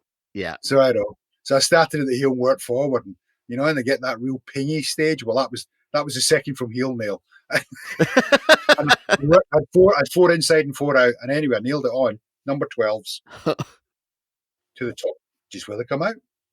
I clenched it up, put it down, finished the class. And I asked Stevie Malander, because they were great heavy horseshoes, fantastic. I said, Stevie, I says, do you mind just having a run through my job? He says, yeah. I says, all right. I says, what do you think? He says, no. I says, shape too round. They're not round. At the time, I didn't understand that. I thought, bloody hell, I've made a nice shape on there. He says, no. He says, they're not round. They're pointy. He says, they look more upright when you make them pointy. Okay, I didn't quite get that. He says, but I love your nail, and you're scraping the pedal bone. He says, that. Oh, Christ. They were as well. They scared me. They really scared me. But anyway, that was how it went. But yeah, that was Stevie came out with that. That was a number of years ago, and that was before anybody else was even looking at that. And at the time, I just didn't understand it, what he meant by that. Huh. But it's surprised how much more upright. Just taking, not so much taking the round out of it, just making it a little bit more pointier. In some ways, maybe you're just taking the flare. It doesn't Yeah, you're quite taking look the toe like it. quarters out. The toe's still on. The end of the toe's still on. Mm-hmm. That hasn't changed. It's just that toe quarter coming out either side of it. Yeah, And it that's just, interesting. I don't know whether it just stands up because you haven't got that pulling. It just stands it all up again. Huh. I guess that's all it is. That's well, I would say that's what it is. That's what I work on anyway. That's But really cool. that's what he was getting at as well. Huh. He was getting at it. And they should a lot of them big horses. And their job was to make them look upright, but make them look big at the same time. Right. So they put bevels on them. Right. All the bevels had that little bit of more oval shape than round. That's what made feet look bigger because that's what they wanted for them show horses. Mm-hmm. And like I say, I just didn't understand it at the time. Well, yeah, you're not ready for the answer until you're ready to ask the question, right? No, exactly. But I remember thinking when I'd figured I'd thought something that the rest of the industry didn't know, and I thought back and I thought, actually, yeah, they knew it before I did. There's always somebody that thinks they invented something, don't there? There's a lot of people in that industry that loves it. They've reinvented horseshoeing somewhere along the line. Yep, right. No, somebody's figured it out before you are. Yep, the ideas keep coming back, recycled. Yeah, they do. But that's the great thing about it, though, isn't it? Mm-hmm. Yeah. And then now, thanks to you, I'll be looking at feet the next day, and my shapes aren't going to come out quite the way I want because I'm going to be honed in on a different idea, a different concept, which is cool. That's the fun of it. We all learn something, even if it's not what suits us at that time. Yeah, something will fall into place one day, perhaps. Yeah. Well, there are a couple of horses where I'm thinking maybe this would make them look stood up. Yeah, it's surprising. Like I said before, I do a lot of trimming, and since I've started doing more of that, I've discovered that I don't get toes getting really long on me anymore. Horses are wearing more naturally themselves. They're just a maintenance job when you go there. Huh. Yeah. And they're wearing, you don't get all this toe shooting out. Right. And whereas I did before, because I did what the industry tells you're supposed to do. Yeah, right. And I've just changed it. And I really don't. Most of them are wearing themselves as nature intended, I guess. Right. Well, and I actually can completely relate to what you were saying where the horse had lost the shoe and you get those and they have that spade looking, whether it's a front or a hind, they'll end up with that very spadey looking white line that you're crossing your fingers and toes to nail into because there's not much left. Yeah. But you try and force a round shape into those and there's nothing, the nails are just going into the air. Yeah. Just fit what's there. That's what I've been trying to do for a number of years now. And it seems to do. Well, all I can say is it works for me anyway. Yeah. Well, I don't seem to have the same lameness problems either. So. Well, thank you for that. That's really interesting. I'm going to have to, my brain's going to be sore for the next few days looking at feet. This portion of the podcast is called the Stratum tuctorium. These are the short answer, surface stuff questions, but it's okay if the guest wants to go deeper. Enjoy. Do you have a favorite book?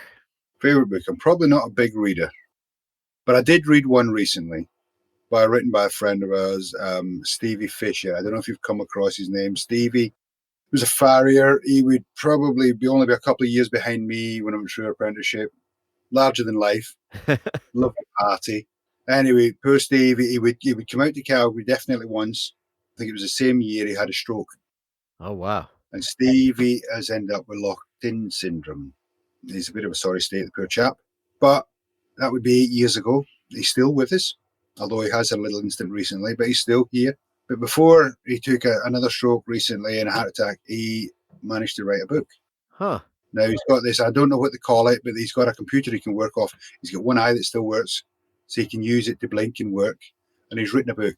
Wow. And it's just about his life. Huh. And that was, I sat and read that, and I haven't read many books other than anything to do with horseshoeing. Right. Yeah. And that was a funny read. Huh. And it's a very simple book to read, and it's just funny. It's just Stevie. It's Stevie through and through. Stevie's still in there, and he's written this book, and I would recommend anybody to read it. I have bought another book. It was Jim Keith's book, and I haven't actually sat and read it yet. Well, it's good too. Now, I'm guessing you really want to know is books on farriery. No. That's in general. Well, I'm looking forward. I need to sit down. I want to read that book to Jim Keith. I bought that I tried to buy it before it came out as such, but it did come. And I would like to read it because I find it interesting. These people like that, they've seen a little bit in life. Yeah, no kidding. A bit of the old ways as well as the new ways. And especially you had that romantic view of riding around on a horse, working on the farm. That he definitely lived that life. He did, yeah. But yeah, that's what I'm looking forward to reading. I will get sat down and read that at some point. Okay. But yeah, I have read Stevie's. That made me chuckle. Huh. And what's that book called? Blinking L. Blinking. He calls it. Okay. Have to look Blinking that up. L. It's EL. There's L. It's not hell. It's L. Yeah, it's got a bit of humor in it. Cool. Quite a bit of humor. I'm not saying all the stories are quite true because he tells one about me and I know that's not true. But it's not true. I know it's not true. Because I was there, obviously. It makes for good reading. Oh, good. Okay. Little artistic license. You're allowed to do that when you're the one telling the story, I think. Do you have a favorite brand of nails? I've probably always used Mustad. Tried a few, but I tend to slip back to Mustad. I just don't know. Are they consistent? They're probably more consistent than most. Right. I like that feel of them, I think, because some are probably a little harder, a little stiffer, and they've just got that nice, I don't know, you get comfortable with something, I suppose, don't you? For sure. I think nails are one of those things where everybody has their feel, and you almost know right away if one is going to work for you or not. Yeah, you do. Yeah. But yeah, Mustad would be who I'd stick with most times anyway. Okay. What shoe sizes do you generally have to stock the most of? I would say these days we started doing anywhere between 11.5 inch to maybe 12.5, 13. Okay. Yeah, 13-inch feet. Okay. I do some big and some smaller, but that's the kind of majority, I would think. Yeah. And when you measure your feet, do you do just with the straight edge or circumference? Like, do you do width and length? Yeah, width and length. Yeah. Okay. Always width and length. What's your favorite make of rasp? I still stick with Save Edge. Yeah, there we go. Whether they're good or bad, I haven't found any that's. Are they consistent? No, but I've tried various others, and I like the finish that it leaves better than the others without going to the proper finishing rasps, and they're not practical for everyday use, I don't think. Okay. So I kind of like that finish that it leaves. You can leave a reasonable finish on feet. Yeah, for your day-to-day stuff, yeah. Yeah. And I do polish them, and then once you've polished them a couple of times, you can leave a glass finish on feet with them. Yeah. So, okay. What's your dream farrier rig? Oh, hell. I think just something. I like simple stuff. I don't like it complicated. Yeah. As I mentioned earlier, that when I change this truck, I'll probably have back built on there, but it will be pretty basic. I'll not have all the gadgets as long as I've got a hammer, stamp, the pritchel, a pair of tongs, forge, and an anvil. You're set. I don't need a lot more. Yeah. I don't need a lot. So, I mean, there's some people like all them gizmos and gadgets. Yeah. I'm still maybe I'm a little bit old fashioned. I don't know. Minimalist, which makes it modern, right? Yeah. What's your favorite rounding hammer? Yeah, I have to say my own. I have. Away in the early days, I told you before, we used to use these ground up hammers that were made by White House. That was a good hammer. I've used a few that. There's a lot of good hammers out there now. The nice thing is when you go to a clinic, you can go and pick up stuff just to show somebody for a second. You maybe just pick up what they're using. Yeah, right. And I've picked up a few things over the year. Some I really don't like. I don't enjoy real short hammers. I don't think there's a lot of power in them, but I like some with a little bit of height to it. And there's a lot of nice hammers around now. Yeah, after I started I always used the shorter ones, and then after going to the taller hammer, I can't go back to them. I struggle. Yeah, it just doesn't feel right in my hand. No. What's your favorite type of bar stock to work with? I think nice concave shoes take a little bit of beating. Yep. I do. I just love concave. Do you have a favorite dimension to work with? On the right size feet, maybe 3/4 half, or half by 3/4, you guys. That looks nice. If we're doing a sort of more hunter job, that does look on the right size feet. Yeah. and then maybe step it up to the 7/8 by 7/16. Okay. That looks pretty nice on the sort of 13, 13 and a half, 14-inch feet. Okay. What's your favorite pastime after work? When does that finish? Yeah. Sounds like, yeah, you don't have time for that. I do a lot of hunting, I guess. Okay. Yeah, I do a fair bit, actually. And what do you hunt for out there? Mainly, we're on pheasant and partridge. Okay. We do quite a bit. And kind of done a little bit more on the deer stalking recently as well. It's never really something that appealed to me much, but I've actually quite enjoyed it. Okay. Maybe because I've been out with a guy who does a fair bit of long range shooting as well, and he's quite an interesting chap to talk to. Yeah, that would help. Yeah. Yeah, it just fascinates me, stuff like that, And he's had me shooting out over 700 yards, so he did the work, man. All I had to do was place it where it needed to be. So, but it just, I do. It's just interesting what you can do with it, Yeah. But yeah, no, I'd say if I was going out shooting, gun in the hand, I'd be pretty happy with that. Okay. If it wasn't going out with my boys somewhere when they were doing stuff, Right. I'm getting pretty keen on going watching them play games now. I could probably get more excited than they do, if I'm truthful. Yep, that makes sense. How about what's the next thing on your bucket list? Spend as much time with my kids as much as possible, I think. Yep. And that would be it. Yeah. Don't get me wrong, I can tell you loads of things I'd love to go and do and see, and places to go and people to meet. But I think if I really was pushed to, that would probably be see my boys right. You're not the first person to say that either. What's your favorite brand of keg shoe? I'm using, and I have done for a while, it's a company called MNC in the UK. They are over in the States as well. I use theirs. They move easy. They're quite similar to concave. Oh, okay. And their sections they're very appropriate to the size of feet. Right. Whether it be something as small as a sort of 11-inch foot or as something as big as 13 and a half, 14-inch feet. They've thought about the sections well. Okay. They are out in the States. I'm not sure. They work fairly closely with, is it Canforge? Oh, okay. Gotcha. Yeah, I think they work fairly closely. I think they worked with them a bit. It's Sam Headwell, his father, Mac. I'm very good friends with Mac, actually, anyway. We do a fair bit of shooting together, if the truth is known. Okay. That's not the reason I use his shoes. I do use them because I like them, genuinely like them. Probably more so than some of the others it's about. Okay. And that's MNC? Is that what they're called? MNC. Okay. Yeah. All right. Yeah, I haven't run into those. I'll keep an eye out. Yeah. I like them anyway. I find them, they just shape easy. Mm-hmm. So, and they nail well. And nails fit well. It all counts, doesn't it? Everything. Yeah. Oh, yeah. Well, the closest you can get to that well-made handmade, that's always the challenge with kegs, right? Yeah, it is, yeah. With the least amount of modifications on your end. Yeah. What's the ideal number of horses to shoe all around in one day for you? For me, if I'm on my own, if I did about 3, I'd probably be happy with that. Yeah. Probably does me. But I do tend to do, maybe I could do 6 or 7 trims as well the same day. Right. Okay. That would be great. I can live with that. Yeah. I do have a helper comes and helps me day 2 weeks. We might be going, we probably wouldn't do a lot more. We might do 6 or 7, but we might trim the same again. Right. 6 or 7. Okay. So it just makes it easier. Mm-hmm. Yeah. A little less bending over. And I can take a day off as well sometimes. What? Well, from shooting. You? Yeah. Well, I can go make tools that day. That's what happens. Right. Yeah, exactly. Change into your different hat. Yeah. Yeah. Do you have a favorite anvil? I have one I found I was still an apprentice, and it was up in Scotland, and there was a chap there.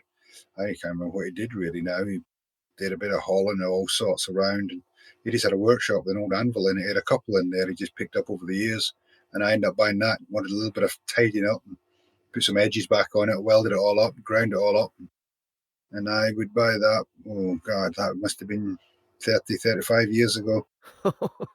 And it's still the one I use. Really? If I'm in there. Yeah. Yeah. And there's been a few apprentices on it that have taken their lumps and bumps out of it afterwards, but it'll be around for a long time. It takes a good man to wear one of them out in a lifetime, I'd say. Yeah. I do like that anvil. And it's powerful as well. I don't know, it's just solid. And you get you seem to get a lot of rebound out of it. It's funny, Dave Shaw, when I talked to him, he bought this anvil that he'd been looking for forever, and he put it in his shop, and he said it just didn't feel right. It didn't have that same bounce. So he put it in the corner and brought his old one back out. Yeah.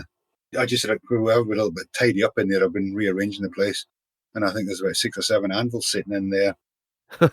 It's the one I'd go to first every time. Right. Yeah. That's really cool. Yeah. You found it right off the bat. Yeah. Yeah. I just didn't know. I wouldn't even say I really know what I was looking for. It was just a big anvil. It was probably too big, if I'm honest. It's not massive. It's just probably bigger than I was thinking I was needing. Right. Yeah. It's lovely to use. If you're forging on it, it's nice. Cool. It is nice. Do you have a favorite inspirational quote? I think I always remember Richard Ellis just turning around and saying, just do it. Well, that's easy, but yeah, no, he said, just do it. And that was one of them. I guess that's probably one that sticks. Yeah. It just sticks there. Just do it. I would read that when I was probably still an apprentice. I've heard it a few times repeated since, so you obviously said it to a few people, I would think. Yeah, right. That was one that I do remember from the early days.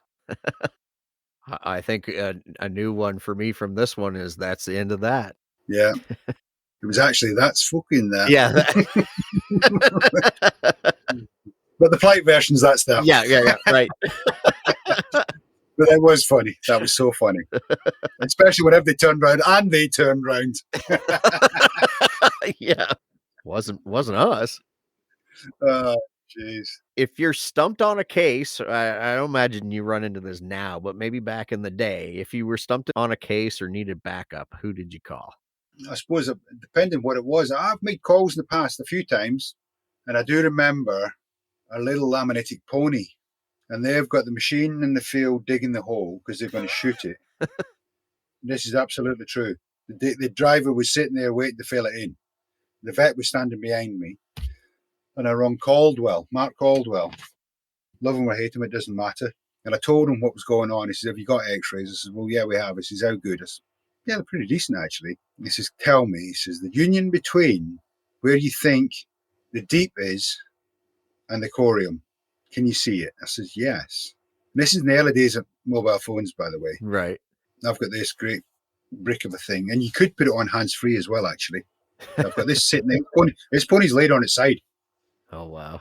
He says, tell me what you see. He says, you can see that joint definite between the two. He says, how definite? He says, does it look like a pencil line? He says, it'll probably run right under the corium of the frog. He says, yeah. I says, I would say it is fair. I says, I don't know. I says, yeah. I says, there's a line there. He says, well, right, I'm going to tell you what to do. He says, you go in, you find the union of the toe, straight at the center of the toe, go straight in, where you think the sole joins the corium, go about half a centimetre up and stick a scalpel in. This woman standing there, vet standing behind me. I've got this lying on the floor, horse is laid there, phone's lying next to me. I'm cutting, I've got nippers out there, I'm cutting a hole there, I've got a big clip hole. And then I find the union, I got it there, I'm right down to the sensitive, and I just popped this in there, and I heard a little gas release, and then this just liquid, kind of serum just come out. So we did both front feet, and I think wouldn't be half an hour. This pony's not sedated. Nothing. Huh. He's just so sore. Yeah. He stood up within half an hour, and I think she was less than a week later. She was walking up the road absolutely perfect. And I think it was only about 2-3 weeks after that, she had shoes on it and she was driving it. You're kidding. Wow. And I thought, bloody hell. I mean, they would have shot it. Yeah. Right. They were going to shoot it there and then. The hole was dug. And I just thought, that was worth a phone call. No kidding. Right. The vet wasn't really keen on the idea. He wasn't happy. The owner was thinking she was going to lose a pony, so anything's worth a go. Mm-hmm. Yeah. And I didn't know what I was doing. This was all done over a phone. He didn't even have a screen to watch what I was doing. He was just talking to me. But yeah, I remember that one. That one stuck in my head quite a bit. Now, I've done a few others as well. I've spoke to people about various things. But yeah, that was pretty naive kid then, I suppose, as well. So I was out of my depth, if I'm honest. Well, look, it sounds like you called the right person for that one. I would say it saved that pony's life anyway. Yeah, no that kidding. time. Yeah. No kidding. Do you have a favorite shoe or package for a mystery lameness when the client doesn't want to pay for diagnostics? I think I do more playing around with trimming than putting specific different shoes on. Okay. I mean, I think you can put anything in the world on, but unless you've got that part right, I don't think you're going to fix anything. You're not going to win. You've got to have that trim right. That's the important bit. Mm-hmm. You can stick anything on after that, within reason. Right. Just the right shoe for your trim, I suppose. Right. Okay. But yeah, no, I would say the trimming's a more important part than the shoe. Okay. On most cases, maybe not always. I know there's places for shoes on certain things, but I wouldn't say there's one that I would say would stand out for a lameness without figuring out what the lameness required first. If you know what I mean. Right. That makes sense. Yep. Yeah, for sure. No, I'll be honest. I try and keep things as simple as possible. I'm not against putting bar shoes on or extensions or anything, but I don't think it's always necessary. Yeah. And and they have their other complications as well when you start sticking steel all sorts of places. You run other risks. Mm-hmm. Yeah. There's always a trade-off. Yeah. If you don't have to, don't do it. Mm-hmm. That's the way I see it. So, and I know it's needed. So I'm not saying that I'm against it. If I can do it without it, I would rather do it without it. Okay. Yep. What do you use as your planner or your diary? I know you guys use that term over there. Yeah, I just write everything in a bit. Well, like I say, I've got a great big diary there. I can just write everything on. If it's not written down, it doesn't happen. Yep. I'm very much the same. Yep. Yeah. So, what's your favorite method of soothing aches and pains? I love acupuncture. Oh, yeah? I go and see a gentleman in local town. He's Chinese and he's Chinese trained. And that is, I wake up with dribbles down my shirt. It knocks me. And I don't particularly enjoy them going in. It's not that they're painful. I just don't like them. It just knocks me out. Really? It absolutely flat knocks me out. But I have been going to see somebody else recently because I've had a bit of trouble. He wasn't quite managing. She doesn't do all that popping and cracking bones like a lot of them do. She actually gets stuck in and gives you a proper massage. And, I wouldn't say it's my favorite, but it works. Yeah. Torture with a good ending to it. Yeah, yeah. I did tell her she has to stop apologizing before she does something because I know it's going to be painful. Yeah. So, but I am starting to feel my hands a little bit. And somebody told me about something to try, and I've been using it a bit. And I have to say that's just like a miracle drug as far as I'm concerned. And it's called rose hip capsule. Oh, really? Okay. And my hands are fantastic. Huh. Yeah, no, that really has made because I'd been to doctors and they put me on medication which wasn't agreeing with me very well. I thought I can't keep taking that. And it was just a customer of mine, her husband got really bad arthritis. And he told me to try it. He told me which ones to go and get as well. So I went, and I have to say that has worked. And I've told a few people about it, and they've all said the same. It does work. Huh. And I've even told some horse owners that's got some sore horses to try it on their horses, and they think it's helped their horses as well. That's interesting. It's quite, yeah. That's like the nerve sort of tingling that it's helped, or just No. pain? It's joints are sore. My joints, Okay. they swell up and they get really sore. And it is just arthritis. I had it checked out, and it's there's nothing they can do really other than painkillers, and I don't want to live on painkillers at my age. Yeah. So, and this works, and it works better. Okay. The painkillers weren't really doing the job anyway. Right. But this is working. Okay. Good tips. There you go. Right there. What's your favorite drink? Oh, I do like a beer. Beer. Okay. Yeah, I would have a sit and have a beer. Don't really mind what sort either. Okay. Just as long as Nice it's cold, crisp beer. There you go. On a warm night, you can't beat it. Okay. with good company, of course. Yes, of course. You need good company. That's beer shouldn't be drank alone. Your favorite genre of music? I have no idea. Do you listen to a little bit of everything, or? Yeah, I do. Yeah. I do actually. Yeah, I don't mind I like all sorts. All right. Do you work out? I go through phases where I do it and then I forget about it for a while. Yeah. It's easy to fall off that train. I do need to go back. I did actually. I did a fair bit last year, but I hurt myself when I was moving about 20 ton of gravel with a shovel and wheelbarrow. That'll do it. That did do it. Yeah. Because I decided to do it on one day. And I did. But I was pretty sore after it. And I had to stop going because I just couldn't get this fixed. Anyway, we were just talking about it. I'm going to go back actually. And my boy, the rugby player, he's a big old boy. He has had a bit of a hamstring injury. He needs to strengthen himself, but he needs to be careful how he does it. Right. So I'm going to take him with me because the guy that runs it's pretty good. And he's a bit of an athlete himself. So put you on the right program. Well, get him right without hurting himself. Yeah. He's just a young boy. I don't want him to. He's still growing too fast. Yeah, right. Yeah.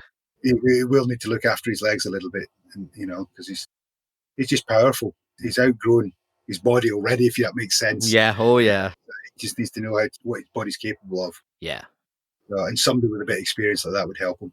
for sure. But yes, I do occasionally, and I do need to go back as well. Okay. What would you have been if not a farrier, do you think? Come across a few things that I quite like. Do you know what a gamekeeper is? No, there's a Not guy perhaps on the States in the UK in particular. There is other countries that do the same. They have somebody who would be employed to look after the game that's going to be hunted and shot. Oh, okay. Yeah, yeah, yeah. Like a game warden or gamekeeper. Yeah, that makes it's sense. Yeah. similar, but they'd be employed by a certain area for shooting, and that would be their primary job. Would just be to rear and feed and look after, and probably maintain vermin, etc., to supply for people to shoot for fun. Right. Gotcha. Because we run pheasant and partridge shooting quite different from you guys over there. We have it where there might be anywhere from 6 to 8 guys stood out at a certain distance apart, and then they would try and flush birds over them, so as they were flying over them, right?